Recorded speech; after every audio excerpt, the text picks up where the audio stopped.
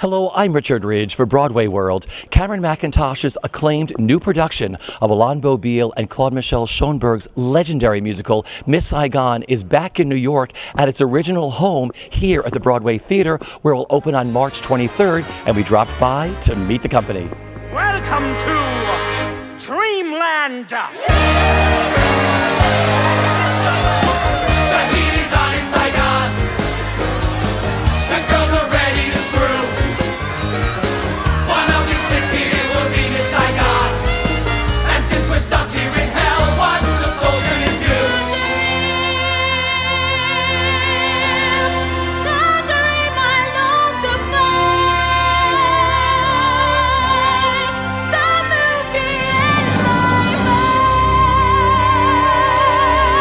mind. Here we are, like a break in tech rehearsals. Tell me what's happening here. Well, right now they're setting up the set and getting ready for our tech rehearsal tonight. So we started yesterday with the first day in the theater, and seeing the lights and the sound cues and the set.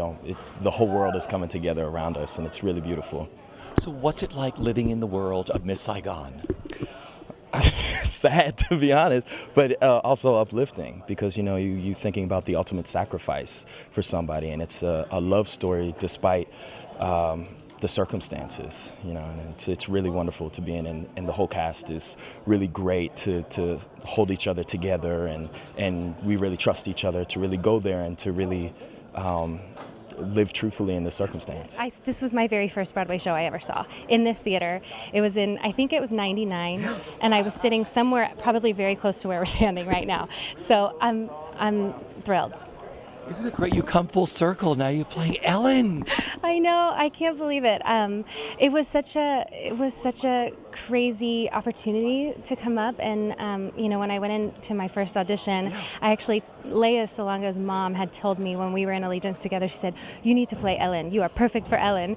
And I was like, "Well, I don't have an audition. I don't know." So ended up getting an audition. I texted Leia and I said, "Well, tell your mom I auditioned. We'll see what happens." And so, as always, Leia's mom was right, and so here I am. Talk about the role. The role is tricky. It's difficult. I had a great conversation with Bob Avian after our first run through last week, and he said to me, "Hey, Devin, I really love that you portray Tui as a hero." And I stopped and I went, "Oh my God, I wasn't even trying to do that." But, so many people have said to me in the past, "What's it like playing a villain?" Or "What is it like playing the bad guy?" And I asked myself, who wants to actually play a bad guy in a musical like this? You don't want to get booed at curtain call. So I look at it and I look at our direction and I go, oh my God, our Lawrence has been so good about stressing. There's love that drives this character. You have to feel like, and you have to be in love with your country and in love with your family in order to show your love for your culture. And I look at that and I'm like, that is not a bad person, maybe misguided. And I think that's what's really, really important about playing this role. What a gorgeous role you get to play, and what a stunning score you get to sing. I know, Movie in My Mind is one of my favorites here in the musical. And it's just the first song that you will hear. So it's pretty amazing to have that. There's a pressure also, but again, it's not about singing and performing it. It's about how you tell the story. So. And I mean, just like you said, reuniting with your cast and adding this New York cast into the mix. Everyone's amazing. Everyone's talented. We've done the show in London, but because of the energy that everyone is giving, the encouragement and support, we are putting, more stuff to it and adding more flavor to the characters. So the energy is really good. I mean, what does this all mean to you so far?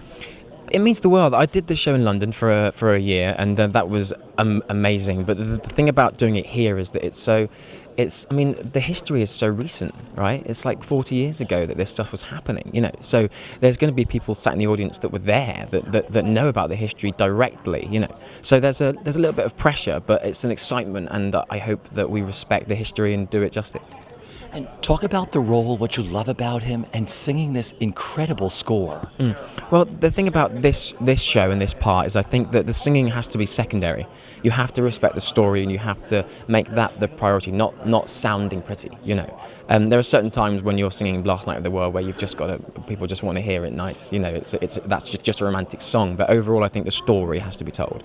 But the part's really interesting. I always fear that people are going to think of him as the kind of Winky Prince of the show, you know, the kind of like Fiyero of the, you know, and he's not. There's so many more layers to him. He goes through an awful lot. He loses someone, he finds someone new, but does he fully commit to them emotionally? And, you know, the whole aftermath of the war is where most of this show's set, and it was devastating. You know, it was a devastating time for the people that were left behind and for those that left that had ties there. It was very difficult. This show is beloved by millions and millions of people around the world, generation after generation. What's the connection with an audience at Miss Saigon? I think that it's completely relevant. I think that there are certainly echoes of what happened then in the current political climate, so it's an interesting time to bring it back. I just think that people fall in love with the show, and people love love. You know, that it's at the end of the day, it's a big epic love story, and everyone can enjoy a love story. I don't know anyone that doesn't. You know, I think that's why. I started with the show from the very, very beginning with Leia in 1989 in London. And from then on and off, I've been doing this. And the first time I played the role in The Engineer was in the mid-90s. And I was so young then. I'm grateful that I've been doing it on and off, because it's like a training to me, because I never trained. I never went to a theater school. And the best way to hone your to what you have is to do it all the time. And even when I was in the ensemble, I would play games with myself and I go, okay, what is your story right now? When I'm in the scene, and I just do things, and it was great. And I think that kind of, you know, built me up to play the role. And also watching Jonathan Pryce, you learn a lot. It was like a master class. When we were rehearsing, I was just watching him in the rehearsal, and he would do things differently every time. And I go, my God, you can do it like that. It's amazing. I'm so happy to be here. He's such a complicated, incredible role to play. Was there one specific thing that unlocked the role of the engineer for you? Yes, and that didn't happen, I don't think, till later years, when I realized that this guy it's not black and white. Maybe I've been doing it like that as well, but I just realized this guy has wants, he has, and just knowing where he came from, what he is and who he is, what he wants, and where he would do things differently. And what unlocked for me is that he's not a bad guy. Your whole audition, the way you got this originally. It's crazy. New York, especially the Broadway community, has been so welcoming already. And we've barely even started. I've just got here, so I really can't wait to see how this show and my place in the Broadway community plays out. I'm just so excited. I'm very grateful to be here. What do you remember about your first performance on stage in London? Was it overwhelming for you? I mean, it was electric. I mean, the first preview, the whole cast, so many people in the cast were making their West End debuts. And same here in the show, there's so many people making their Broadway debuts. So it was extraordinary, but it was nice that we got to do it together and celebrate with each other and also with the audience, because here on Broadway, they're also very much awaiting the return of Saigon to Broadway. So it's going to be a lot of things being celebrated. And it's insane. I can't wait for everyone to come see it. I'm getting you out!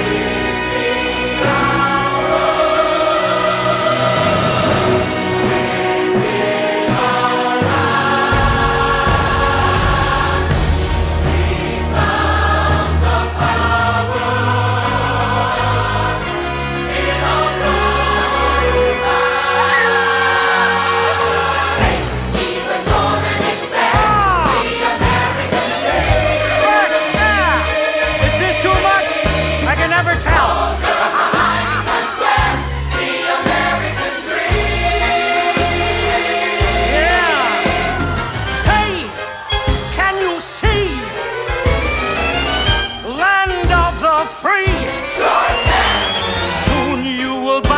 me.